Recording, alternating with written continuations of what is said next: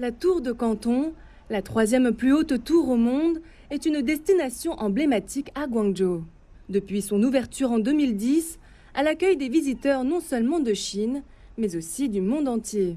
Aujourd'hui, si la pandémie de Covid-19 a obligé de nombreux touristes à annuler leur voyage, il existe encore des moyens de découvrir ce site à longue distance.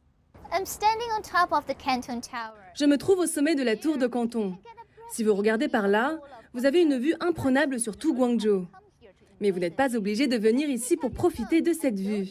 Sortez simplement votre téléphone, rejoignez la salle de diffusion en direct, et voilà, c'est comme si vous étiez au sommet de la ville. Une soi-disant diffusion lente en direct quotidienne, qui dure environ une demi-journée, vous donne une vue d'ensemble sur toute la ville du sud de la Chine.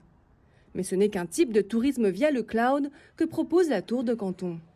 D'une visite en ligne en réalité virtuelle à la diffusion de courtes vidéos, l'emblème de Guangzhou espère qu'Internet pourra l'aider à promouvoir sa marque, en particulier pendant cette pandémie. Pendant la pandémie, nous devons être encore plus créatifs car nous ne pouvons pas promouvoir notre marque auprès de nombreux clients en face à face. Par conséquent, nous devons présenter nos produits et la ville de Guangzhou à travers le tourisme virtuel. Et après la pandémie, les touristes auront déjà développé une compréhension approfondie de notre site pittoresque. Je pense que cela conduira un grand nombre de touristes à vouloir venir à la tour de Canton. Et la tour de Canton n'est pas la seule à faire appel au tourisme virtuel.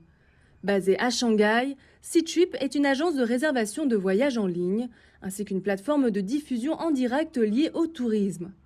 Au cours des 4 premiers mois de cette année, le nombre de vues des diffusions en direct organisées par Ctrip a augmenté de 156% par rapport à la même période l'an dernier, et le volume de visionnage des diffusions en direct de tierces parties sur la plateforme a augmenté de 91%.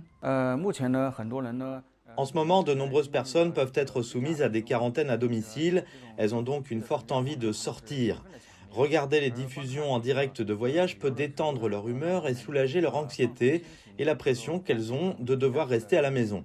Regarder une visite guidée en direct peut par exemple leur offrir une expérience immersive. Les grandes destinations touristiques bien connues comme Disneyland restent les plus populaires auprès des touristes virtuels selon Lidong.